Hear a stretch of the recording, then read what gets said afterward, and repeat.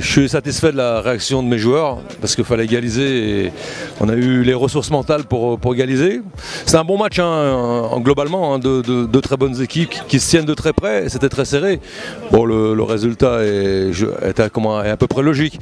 Bon, juste peut-être la déception, c'est aussi la deuxième mi-temps très hachée par les arrêts de jeu. Je crois que nous, quand on vient d'égaliser, l'incident du public là, ça nous arrange pas parce que peut-être sur l'égalisation, sur la dynamique, on peut peut-être aller chercher la victoire. Ça nous a coupé un peu. C'est un peu ça le regret. Vous vous rendez compte, il n'y a eu que 17 minutes de temps de jeu effectif en deuxième mi-temps. C'est difficile de jouer. C'est un peu ça ma déception aussi aujourd'hui. مازال الشامبيونات طويلة مازلنا موجودين نجم هذا الساحلي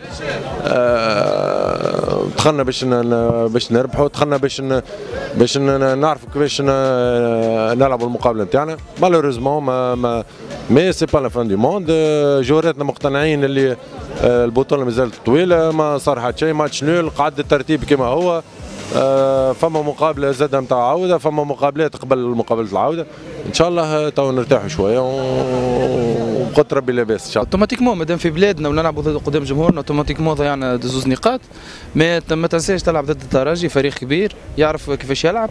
نحن حبينا نحطوا كوره، الترجي وخر التالي سكر لعب 3 بيفو دونك لقينا برشا صعوبات وكلينا هدف في مجرى اللعب اوتوماتيكمون باش تخلينا على اعصابنا شويه، عرفنا كيفاش نماركي ورجعنا في الماتش.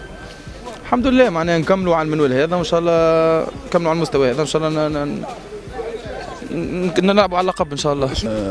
سي فري هما كانوا سوليد التالي كانوا واقفين مليح لكن جاتنا فرص كنا نجموا نجسموا في الشوط الاولاني صعبت علينا مأمورية شوية من بعد الهدف نتاعهم لكن الحاجة الباهية انه الرياكسيون صارت رابيد وما سجلنا هدف تعادل. شفنا برشا تقطع في المقابله معناها في اللعب هذاك ما يخليناش معناها حتى وين فرضنا معناها اللعب نتاعنا وين كسوا معناها اللاعبين ولا حتى الاربيتر معناها دخل معهم في نفس الريتم وتكسر ووقف برشا لعب سي نورمال معناها مقابله مشتوفه وماناش نلعبوا برشا كوره فوالا.